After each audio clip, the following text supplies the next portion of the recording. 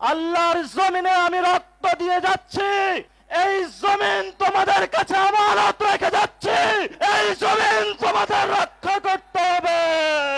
রাজশাহীতে শহীদ হয়েছিলেন শহীদ নোমানী ভাই থেকে অসংখ্য ভাইরা, যাদের পথ ধরে রাজশাহীর অসংখ্য তরুণ এখনো প্রস্তুত রয়েছে আগামীর বাংলাদেশে ইসলাম এবং সার্বভৌমত্ব রক্ষার জন্য জীবন বাজি রেখে তরুণ যুবা মায়ের থেকে বিদায় নিয়ে রেখেছে। যদি বাংলাদেশে ইসলাম মুসলমান সার্বভৌমত্বের উপরে কোনো আঘাত আসে, তারা শহীদি নজরানার জন্য প্রস্তুত আছে ইনশাআল্লাহ।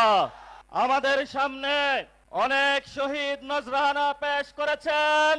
এই তো কয়েকদিন আগে আমাদের সামনে আমাদের প্রিয় ভাই আবু সাইদ মুগ্ধ অকাতরে প্রাণ দিয়ে গিয়ে আমাদেরকে শিখিয়ে গিয়েছেন, আল্লাহর জমিনে আমি রক্ত দিয়ে যাচ্ছি, এই জমিন তোমাদের কাছে আমানত রেখে যাচ্ছি, এই জমিন তোমাদের রক্ষা করতে